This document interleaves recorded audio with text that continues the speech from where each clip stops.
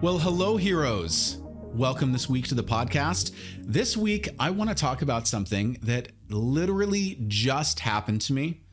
And no matter how much I think that I am a great coach and that I have done so much work on myself, and especially in the area that a lot of us deal with, which is the area of people pleasing, I am a recovering people pleaser. It is a role that I became very familiar with very early on in my family dynamic and also with my chosen profession at the beginning of my professional career, which was as a performer, as an actor, as someone whose literal job description was to please an audience, to help them feel emotions, to elicit a laugh, a dramatic moment, to literally create circumstances wherein I would elicit a response that I specifically wanted. And hopefully in service to that piece of art or the play or the TV show that I was on or whatever I was doing. Now, in certain contexts like that, it's literally part of my job and could be part of a profession that you are involved in as well. But used incorrectly, people pleasing, especially in the general world, only leads to trouble. In fact, it leads to our discussion that we're going to have today, which is talking about difficult conversations. Difficult conversations are really, really useful. And none of us want to have them. Why? Because they're difficult. Because they're uncomfortable. Because we don't like the way that they feel in the moment, even though a lot of times it's exactly what's needed in order to move forward and create something better than what is currently happening in your current circumstance. I have a specific example that just happened to me in the last 48 hours. And that was where I was working with a coach that I greatly admire. And we have an opportunity to work together with one of my clients right now. It's a very big client that you would know what their name is. I'm not going to say it right now because the event hasn't happened yet, but we've been asked to come out to the fairly large event in order to help them with some things that they're working on as a team and with some restructuring reorgs that have happened within this company. And they've asked me to come in with our specific approach to storytelling and intentional stories and default stories and help them navigate this process.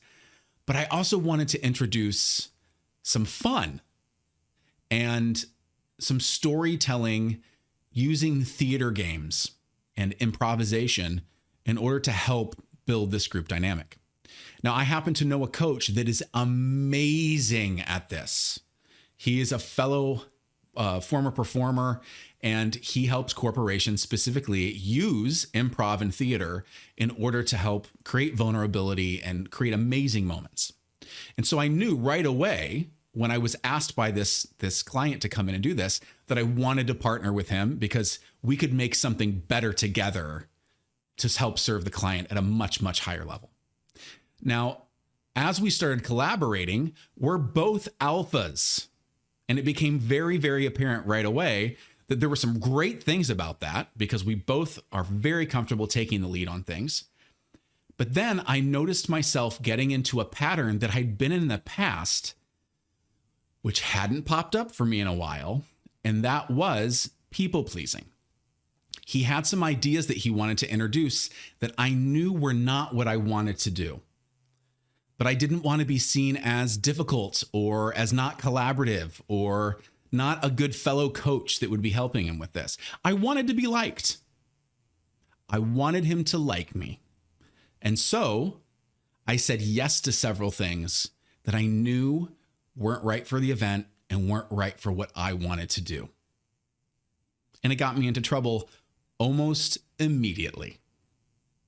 Because now we had a set of expectations that were different than what I wanted to create. And all of a sudden, it became very apparent that what had been created was not what I wanted to do. And now I needed to have an uncomfortable conversation with him to let him know that I was changing everything, that I had changed my mind about several things, and that also I had said yes to a couple of things that I shouldn't have said yes to because I was people pleasing. And I had to own it. And it didn't feel good. A little bit of embarrassment in there as well, because it's a fellow coach and I should know better than this, right? I'm a coach. I help other people with their stories and the things that they do and help keep them out of situations like this. And here I am right in the middle of one again. Coaches, they're just like us, just like People Magazine.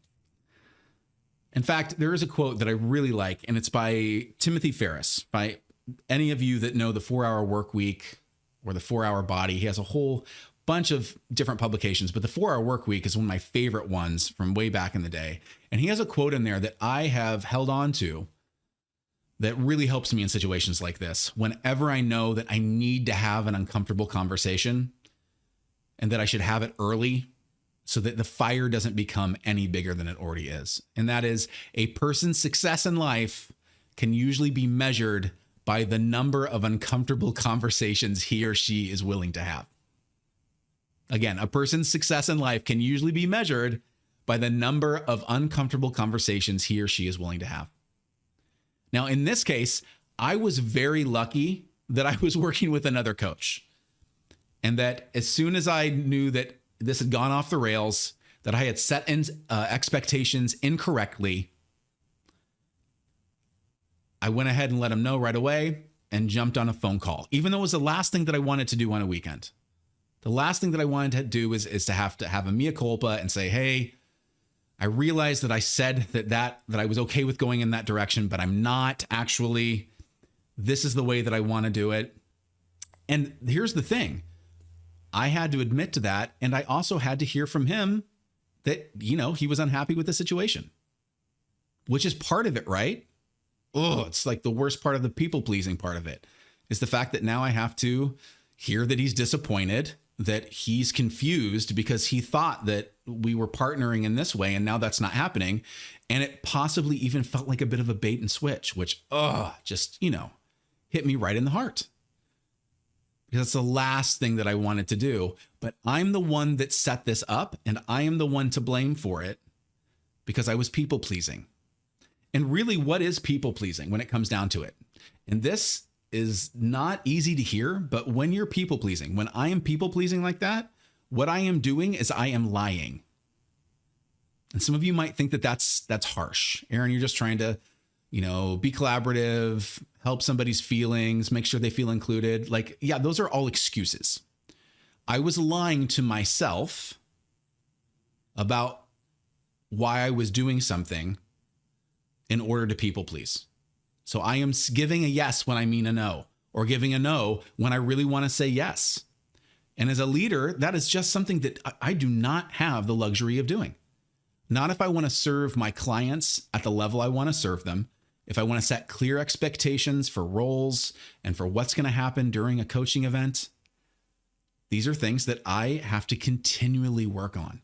And so if you find yourself in a situation like this, where you're people pleasing, where you are and that you've gotten to the point now where you need to back up and have an uncomfortable conversation, just know that you are completely human and that it's better to do it right away. In fact, I have noticed for myself that there's a few rules that really help me to stay aligned and keep me out of my past people pleasing behavior. And I should have listened to them in the last week. It really would have kept me out of trouble. And I was able to talk through this with this coach, and he was very gracious. In the end, we talked through it. It was uncomfortable, but we got to a really good place. And now the event's going to be amazing. But unless we'd had that uncomfortable conversation, I would be completely off track right now. I wouldn't be happy with it. The product that the client wouldn't have been happy with it. And I would have been a liar, which is not who I want to show up and be in this world. So here are some ways that you can lessen situations where you're going to need to have an uncomfortable conversation that will help keep you out of trouble in the moment when you're like, maybe I should agree to that. I don't want them to think I'm mean or I'm not collaborative or I'm not a nice guy. Number one, like I said, if you are people pleasing, if it's coming from a place of you just want this person to like you, you are being a liar. And you don't want to be a liar. So don't lie. If you are people pleasing, you are lying. So just stay out of it completely that way.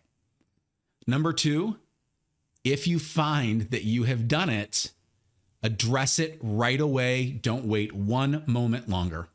Even if you just agreed to something, you can back up and say, you know what? I said that just now, and I'm just really saying I don't mean it.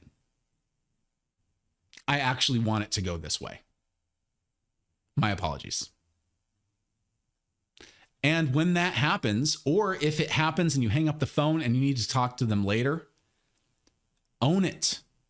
Have the conversation, own it. And here's the thing. Don't try to people please your way out of owning it. Own it and lump it.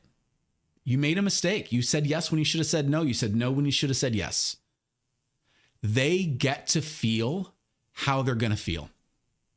The uncomfortable part of the conversation, a lot of times the most uncomfortable part is the fact that you're going to hear the disappointment. You're going to hear that somebody's hot at you now. You're going to hear that they thought one thing and now they feel like you bait and switch them. That you said it was one way and now it's another way. You have to go, yep, you're absolutely right. I changed my mind. I changed my mind, or I said yes when I should have said no, no when I should have said yes, and I should not have done that. I apologize. But this is how I actually want it to go. And I own it. Uncomfortable conversations. They can happen in all kinds of different ways. They can happen in your personal life. They can happen in business. So many times they're rooted in people pleasing. And it just continually will get you into trouble the more you people please. And it's something I have to work on constantly. Like I said, having those roots in the theater and in acting, it's in my DNA to please an audience, whether that's an audience of one or an audience of thousands. Channeled correctly, it can be helpful. But in situations like this, when I'm saying yes, when I should be saying no, that's when it gets me into trouble. That's when it'll get you into trouble. So my friends, be willing to have the uncomfortable conversation. You're gonna be human. You're gonna screw up. You're gonna people please sometimes.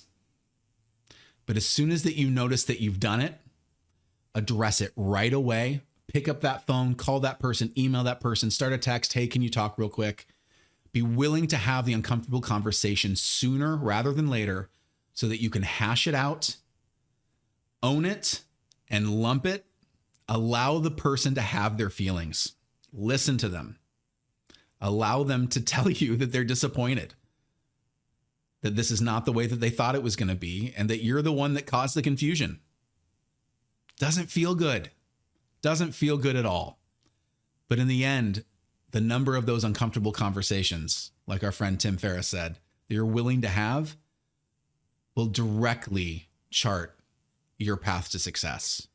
Because the more of them you're willing to have, the more successful you're going to be, the more you're going to be able to unjam, unclog yourself to be able to serve your clients, serve your business, and serve yourself so that you're not a liar, so that you stay in integrity and that you create what you really want to create, not some watered down version of it that was on behalf of someone else because you wanted them to like you.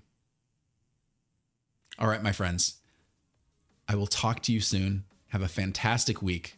And remember, if you're going to please one person, please yourself, because you're the one that has to look at yourself in the mirror every day. Have a fantastic week. I will talk to you soon.